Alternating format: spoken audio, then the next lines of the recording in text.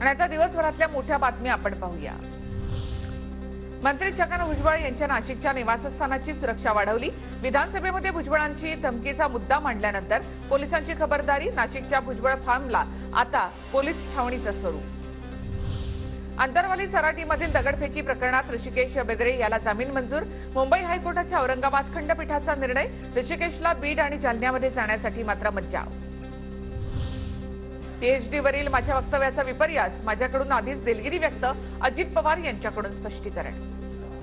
असताना मी त्यामध्ये फार कुठं दिवा लावणारच असा काहीतरी माझ्या तोंडातून शब्द गेला, तर त्याचा खूप मोठा गाजावाजा करण्यात आला। त्याच्याबद्दल मी दिलगिरी व्यक्त केलेली आहे। संसदेमध्ये घडलेल्या प्रकाराचं समर्थन नाही। संसदेत घुसण्याचा तरुणांचा मार्ग चुकीचा, पण देशातली तरुणाई वैफल्यग्रस्त। बेरोजगारीमुळे तरुणांवर टोकाचा पाऊल उचलण्याची वेळ। संजय राऊतांची केंद्र सरकारवर टीका।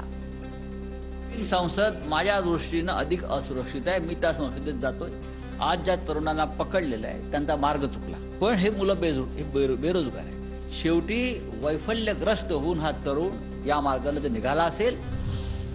संसदेच्या बाहेर अटक झालेली तरुणी पीएचडीची विद्यार्थिनी, तिचा मार्ग चुकला। तिने अजित पवारांकडून मार्गदर्शन घ्यायला हवं होतं। अजितदादांच्या पीएचडीवरच्या वक्तव्यावर संजय राऊतांचा टोला। तरुणांना पकडलेलं आहे त्यांचा मार्ग चुकला, पण हे मुलं बेरोजगार आहेत। त्यांना पकडे तळायची कुठे व्यवस्था मोदींनी ठेवलेली नाही, या सरकारने ठेवलेली नाही। त्यातली एक मुलगी जवळजवळ पीएचडी करते, त्यामुळे अजित पवारांनी तिला काय मार्गदर्शन केलं पाहिजे। मी कोणत्या सोम्यागोम्याला उत्तर द्यायला बांधील नाही। अजित पवारांचा राऊतांवर पलटवार।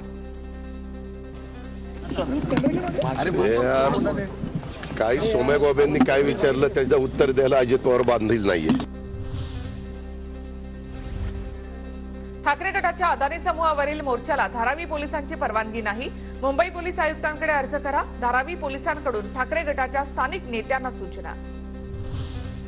धारावी मोर्चाबाबत तयारी पूर्ण, निवडणुका घ्यायला सरकार घाबरते। आदित्य ठाकरे यांची टीका। लोकशाही वाचवण्यासाठी आमचे प्रयत्न, ठाकरे गट मोर्चावर ठाम। दिशा सालियन प्रकरणाचा एसआयटी पथकाकडून तपास सुरू। प्रकरणाची संबंधित जुनी कागदपत्र तपासल्यानंतर सीसीटीव्ही आणि प्रत्यक्षदर्शींचा जबाब नोंदवणार।